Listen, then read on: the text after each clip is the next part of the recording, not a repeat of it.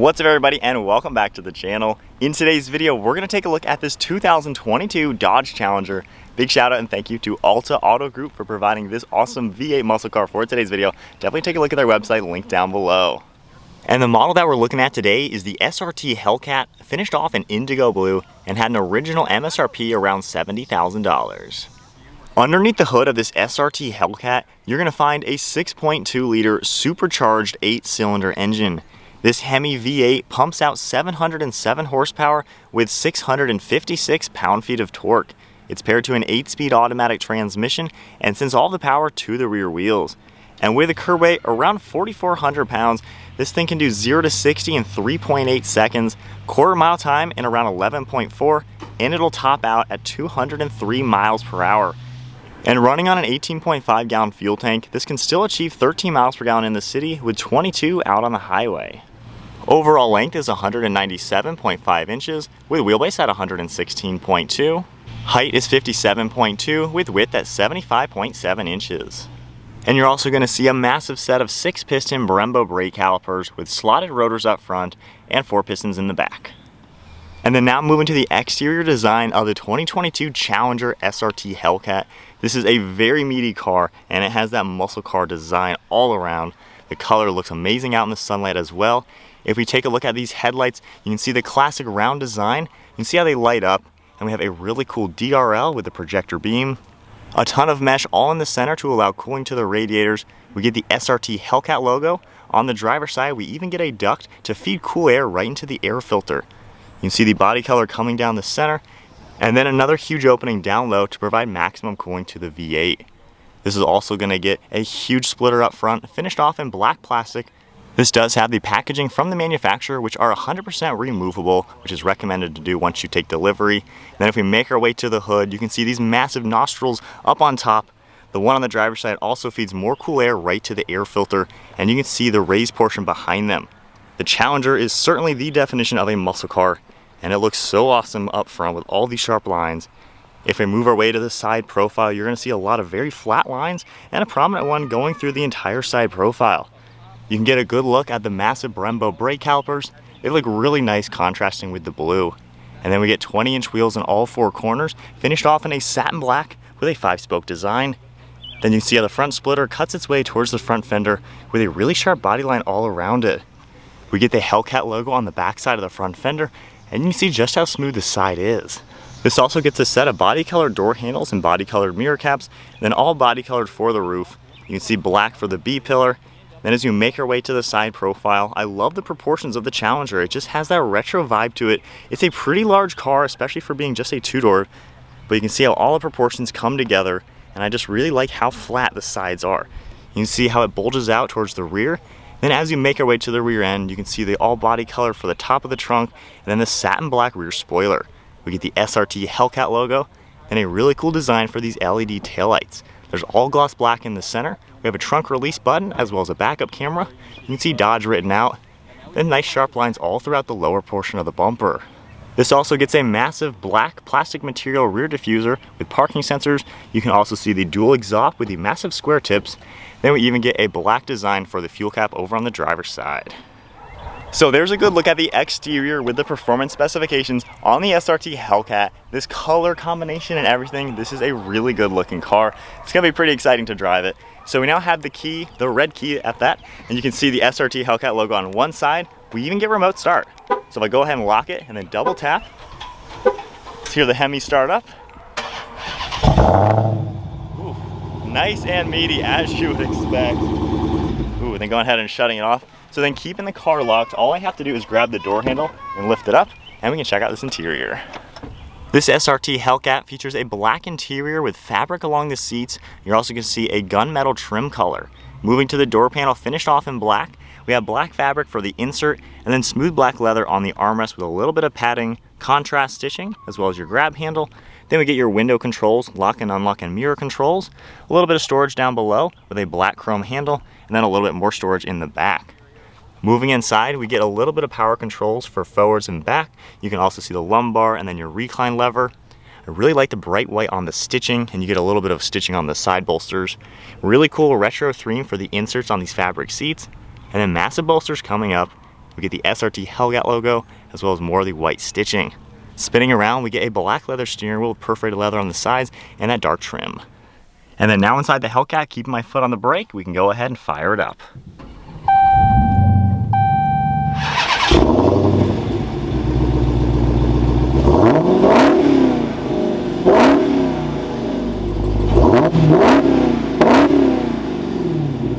Taking a look at the gauge cluster now, we get a digital screen right in the center with your speedometer on the right and then the tach over on the left side. You can control the screen using the pad on the left side of the steering wheel. We have our digital speed readout. You can scroll down and see all sorts of different vitals within the car, like pressures and different temperatures will come up. You can see all sorts of different things as you scroll left and right through this. Continuing down, we have performance information like 0 to 60, 0 to 100 timers, and all sorts of things for different drag racing, as well as performance. We can also see fuel economy popping up, trip information, and then your basics like audio messages, and then the screen setup. And then going back to the speedometer. Along the steering wheel, we get SRT right in the center, cruise control over on the right side, and then some Bluetooth and audio controls. We do get controls on the back side of the steering wheel for your volume. Then we get these small paddle shifters up top. They have a really nice look and feel. Then we have our turn signal stalk and wipers on the left. And then to the left of the steering wheel, we have all of your headlight controls, interior lighting, and trunk. Then we get one of the air vents, smooth black material going across this entire dashboard. And if we take a look in the center, we get that silver trim. Taking a look at this screen now, it is all touch screen. You can see our climate controls coming up, very easy to use everything. We have the media icon as well. And you can also go into controls, see your heated seats, steering wheel. We have apps that will come up as well. Dashboard for the SRT. You can see a few more items. We have the performance pages, and with them opened up, you can see your horsepower, current gear, G-forces. We also have all the timers that'll come up. You can also scroll down and view all the gauges to monitor the car. We have the G-force meter in here. We have the engine icon as well to view more of the parameters. And then we have the dyno down below to see what everything is doing. So really cool the way everything is laid out. If I also go into reverse now, you can see the backup camera is going to pop up. Decently HD, however, it could use an update. We have parking sensors on the left, then going back into park. If we go back into the apps icon and hit the SRT dashboard, in here we can adjust your launch control, the shift light. You can see your different drive modes as well. Between all four of them, you can see how it's going to adjust your traction control, suspension, steering, and other vitals within the car. Underneath the screen now, we have all the controls now. We have the SRT icon, which is a shortcut for that same pages. We have our launch control, traction control, screen on and off, and then different volume and audio controls. Physical climate controls are also down below, and when you make any adjustment, it'll come up on the screen as well. So it's super user-friendly, very easy to operate everything. You can see some stitching, all the silver trim. You get a nice looking shift knob with some black leather on the boot and a little bit of storage. You also get 2 cup holders, more of the leather and stitching. Opening that up, we have a pretty good amount of storage space in here with USB ports. Then we even get our glove box, which is a really large bucket. And then one last look at this interior. Of course, this is a pretty old car now. It's been around for quite some time. It's not too bad looking in here. It does give you all the information you need, and it does have a pretty comfortable seating position. Up top, we get a sunglass holder and garage door buttons, and then your mirror. The Challenger does offer back seats, so if I grab this lever and pull this forward, it gives you a little bit more space to enter the rear. The rear seats have a nice configuration for 3 people, and you even get the same fabric material all throughout. So then sitting into the back seats of this Dodge Challenger, so I'm 5'11", sitting back here really comfortably. This is an impressive car with how much space there is. As you can see, I have an inch or so of headroom. If I pull this seat back, it is just barely touching my knees. If I slid it forward a little bit, I'd probably have better space. But honestly, you can actually fit back here. This is probably the biggest two-door car out there. We do get some amenities like air vents, and you even get storage on the back side of the seats. You get a little bit of an armrest, and then pretty decent sized windows to not really feel claustrophobic. And then I can easily grab the lever and easily get out. And then moving to the trunk space, the button on the back, you can just press it and it'll pop it, and then just lifting it up. This has a ton of storage space in here, as you would expect being such a large car. You can see just how much space there is. You can even grab the floor under here and lift it up, and we get a little bit extra space as well as the battery. And then with the rear seats folded down, you can see just how much more storage space the Challenger is going to give you. Then taking a look through the side, the seats almost fold down flat. You do get a pretty large opening into the trunk, so it's a pretty practical car. All right, so we are setting off now in the SRT Hellcat. So we're gonna feel out the power. We of course have the red key. Just quarter throttle, stretching his legs just a little bit. You can feel the meaty power. Of course, with that red key, it opens up the 717 horsepower. I think it's about 500 horsepower with the black key. You hear that supercharger whine, which is a really good touch. But as far as some normal things, as we have some traffic, you do get a really good view out of this car. It's pretty easy to see around. I love the massive bumps you see in the hood. It has that muscle car feeling. This is such a muscle car. And you can see the side windows also do a really good job letting you know what's going on. It's not too bad over your left and right shoulder. However, that C-pillar is a little bulky, so I would recommend just adjusting your mirrors out a little bit. The brakes on this seem to be really, really good. This is a heavy car. I mean, it weighs as much as an SUV. When you hit them, I mean, the car just comes down. So it's really nice that Dodge throws some massive brakes on this to really give you exactly what you want. We'll go ahead and just test out a quick 3-point turn to kind of feel out that. But if you turn it and everything, it seems like a pretty nimble car in the sense of, I mean, you actually have a really good turning radius. Didn't even have to do a 3-point turn, actually. But then if we get back up to speed, this is a pretty quick car. We'll talk more on that in a second, but you can feel you have a big engine with a ton of power. So we'll do in second gear, just feel it out a little bit.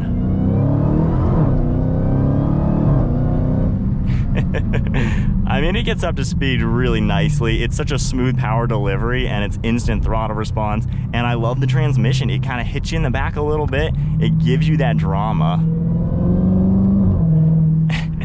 The exhaust also has a really good sound to it, but it just has such a good muscle car feeling, and yet you can tone this car down and drive it just like a normal car. It's super roomy in here, very comfortable. The seats have a ton of padding, and honestly, I think so many body types could fit here really well. Great armrests. It's a car that you can drive from day to day, and then you throw it in track mode, put it in manual mode, and be a pretty darn fast car in a straight line. It is pretty fun to play with. I wouldn't mind these paddle shifters being a lot bigger just because they're so tiny. However, you know, they're not too bad. You can tell that the power really is linear. It just keeps building as you get higher in the revs. Such a smooth power plant. Suspension also is pretty stiff in track mode. You know, it does what it needs to do to keep this a decently confident car. Obviously, it's got the weight, but in track mode, it's actually pretty stable, I would say, pretty flat, and you don't really feel much body roll to it. So flipping to this perspective in the Dodge Hellcat. So not everybody likes it when I film this car because I'm used to driving a 700 horsepower Nissan GTR. Given it weighs so much less than this, my car is significantly faster than this to where this doesn't blow my socks off and make me think I'm in a fast car.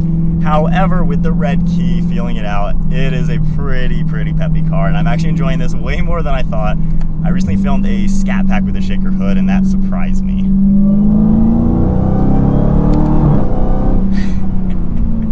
I mean, it's quick. You're not gonna say this is a slow car. Obviously, the times confirm that. But this is fun to drive, actually. I'm not the biggest fan of this style of car. It's just not really my sort of car. However, when you're in it, especially with the supercharged motor, you have plenty of power. It gets up to speed, and it lights up the tires pretty quickly as well. I like it in sport mode just because the traction control seems to kind of help it so it doesn't really just spin.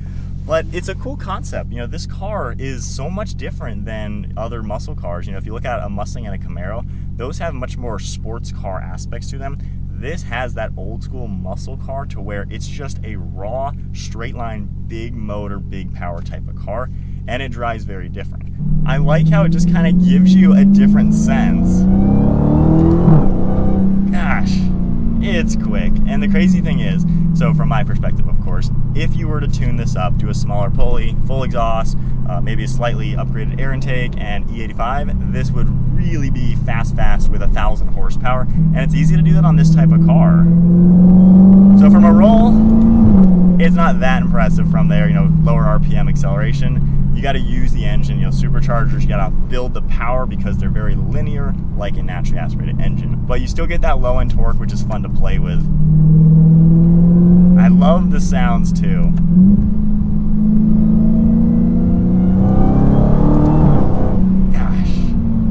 Yeah, it's a fast car for sure.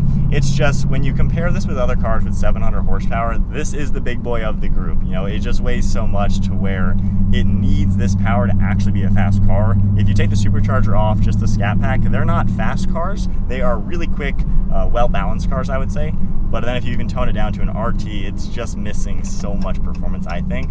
But when you get into the Hellcat, you have a properly fast car that has such a good balance and blend of everything. And if you were to modify it, I mean, 1,000 horsepower in this car is easy, and that turns it into a car that's a good competitor to other 700 horsepower cars.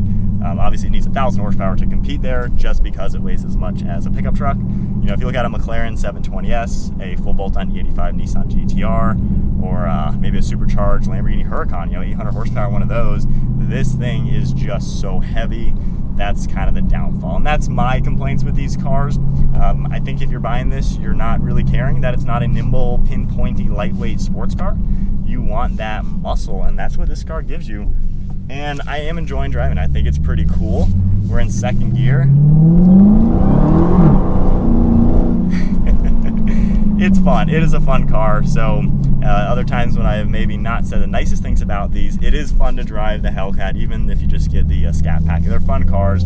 Just know that your motor may be big and make big numbers, but the competition is faster with the same performance just because it weighs a lot. But overall, if you want a super practical two-door car, this is the most practical two-door car out there probably. So much space, it's comfortable, it looks amazing. I think these are one of the coolest looking cars because I love the retro vibe to it.